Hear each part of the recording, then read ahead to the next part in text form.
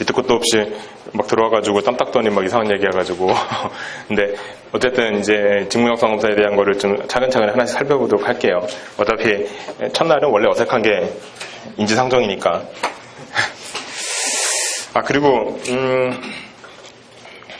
이 공기업 직무적성 검사라는 게 약간 이제 좀 다른 대기업이나 이런 것과는 좀 다른 게, 이게 그 국정원이랑도 다른 게, 국정원 같은 경우에 이제 딱 7월 15일, 이번에 7월 15일날 봤는데 그 7월에 보는 그 시험 하나 딱 노리고 1년 내내 공부하시는 분들이지만, 공기업 같은 경우에는 이게 뭐 딱 하나의 기업만 놓고 보시는 분들도 있긴 있어요. 있긴 있는데, 대체로 어떤 공기업인 간에 하여튼 뭐 주관하고 원서 내고 그냥 원서 통과되면 다시 시험 보러 가고 막 이렇게 보통 이제 진행되는 걸로 많이들 연습들을 하시더라고요. 뭐 그거 말고도 몇 개만 이제 정해서 하시는 분도 있긴 하지만요. 그러니까 이제 중요한 거는 언제 볼 시험이다라는 걸 정해놓고 공부하는 거라기보다는 이제 그때그때 있을 시험에 대한 이제 일반적인 기본적인 내용에 대한 대비가 좀 중요하다고 생각하기 때문에요.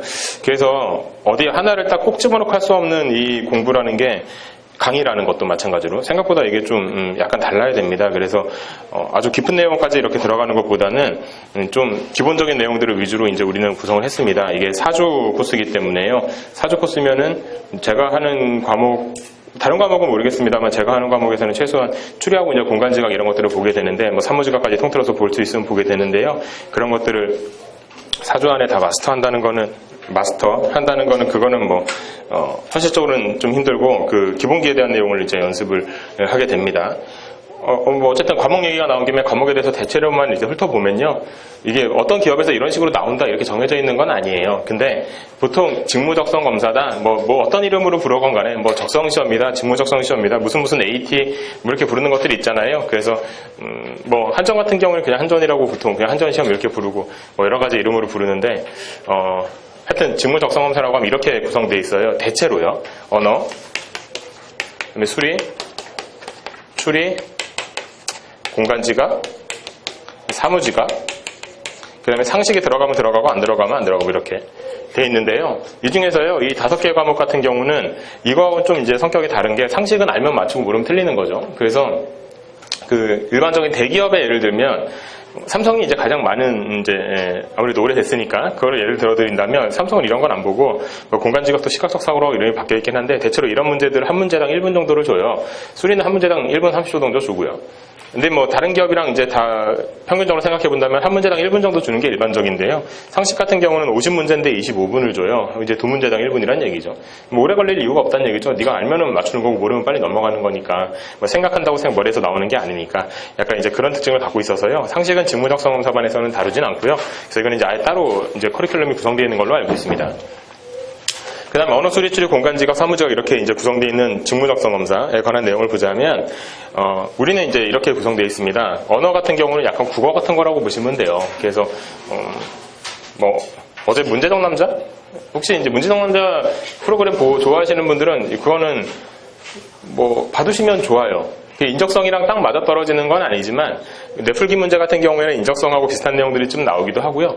그 다음에 요즘은 그런 거 없는데, 초창기에는 면접에 관한 얘기들도 많이 해줬었어요. 그래서 이제 어떤 문제를 내고 그 문제에, 그러니까 실제 면접 시험에서 나왔던 문제다라고 하면서 문제를 내주고 그 문제에 답하는 이제 그 6명의 그 대답을 보고 이런 점이 좋았다 저런 점이 좋았다 이러면서 해주는 그런 게 있었거든요. 그래서 이제 그런 것도 받으면 좋은데, 어쨌든 어제 문제적 남자 같은, 어제 일요일 밤에 하는데요. 어제 문제적 남자도 저도 오다가 다 봤는데, 이제 언어 영역 이러면서 또 이렇게 시험을 수능 뭐 100일 남았나봐요.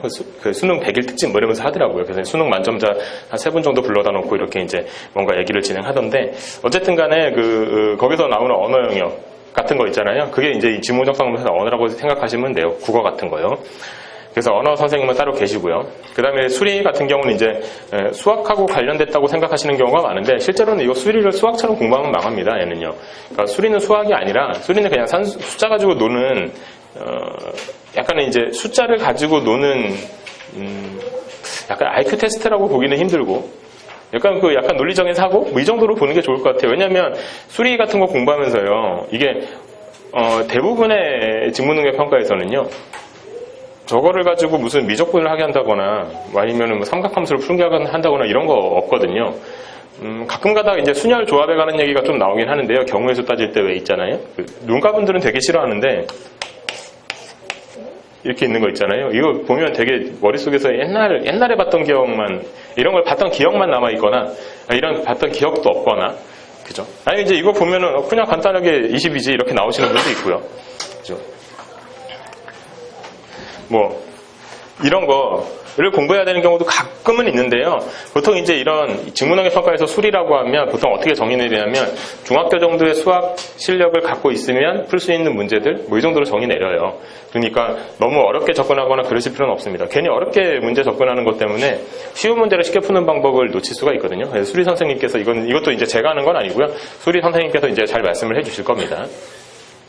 그 다음에 추리하고 공간지각. 요게 이제 저랑 사무지각까지예요. 이렇게 해서 저랑 이제 공부를 하게 될 부분인데요. 요 세 부분에 대해서 어떤 식으로 이제 구성이 되어 있는지도 간단하게 일단 보도록 할게요.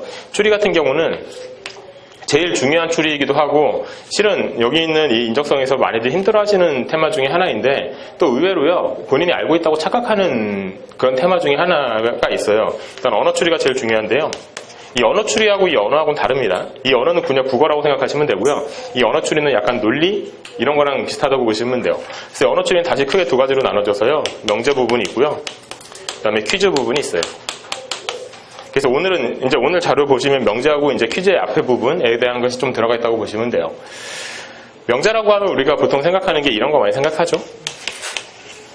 오랜만에 보시죠. 아니면 뭐 약간 이제 문과분들이라면 문과가 됐건 이과가 됐건 오랜만에 보는 건 맞고요. 이게 근데 이제 P면 Q이다. 아니면 조건 명제 뭐 이렇게 해서 이걸 할 때 정석에서 배웠던 기억이 납니다. 그럼 이게 나오면 또 자연적으로 머릿속에서 나오는 게 뭐 대우 이런 게 이제 나오죠. 그래서 이제 대우로 하면은 Q가 아니면 P가 아니다. 이렇게 해서 이제 문제를 풀면 된다.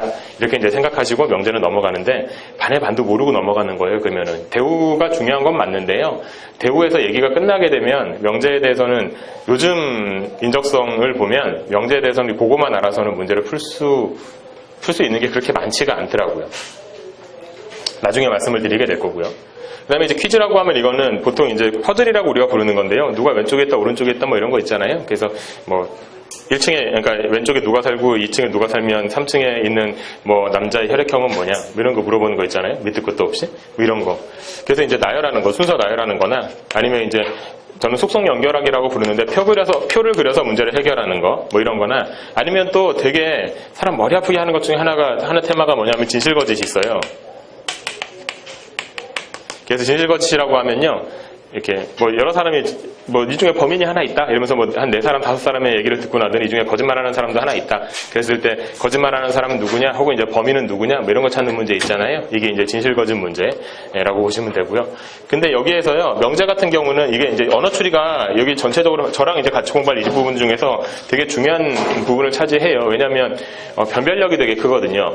그러니까 퀴즈 같은 경우에도 이게 되게 어려운 퀴즈.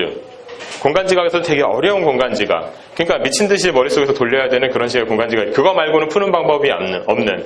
뭐 조각을 모아야 되는데 여기서 이렇게 조각이 막 이렇게 잘라져 있는데 막 수도 없는 조각으로 잘라져 있고 이런 것 중에서 뭐 찾아봐라라는 이런 것들은 그러니까 뭔가 이렇게 왕도라는 게 많이 없기 때문에 변별력이 그렇게 생기거나 혹은 연습으로 확 올라가거나 확 내려가거나 그러지 못하는 테마도 있어요.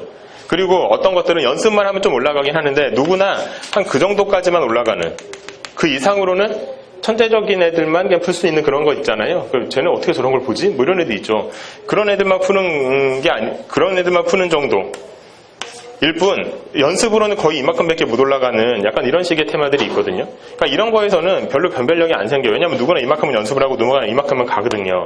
이렇게 나오는 애들은 그냥 이건 어떻게 우리가 극복을 할 수 있는 부분은 아니고 다른 문제를 빨리 푸는 걸로 극복을 하는 수밖에 없죠. 뭐 이런 것들이 있고 하여튼 간에 공간지각 이런 데서는 이런 부분들이 많아요. 그러니까 변별력에서 좌우하는 부분은 그렇게 많지는 않은데 여기에 비해서는 언어 추리 같은 경우에는요, 약간 변별력이 꽤 많아요. 왜냐하면 공부하는 거랑 공부 안 하는 거랑 차이가 되게 크거든요. 알고 있는 거랑 모르는 것의 차이가 꽤 큰 부분이 또 명제 부분이에요.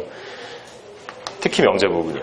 그 다음에 퀴즈에서도 여기 두 개 같은 경우는 그래도 이 전체적으로 봤을 때 얘 두 개도 약간은 좀 아까 얘기했던 그거랑 비슷해요. 공부를 해도 어느 정도까지 올라가긴 하는데 합격선까지는 올라간다는 얘기예요.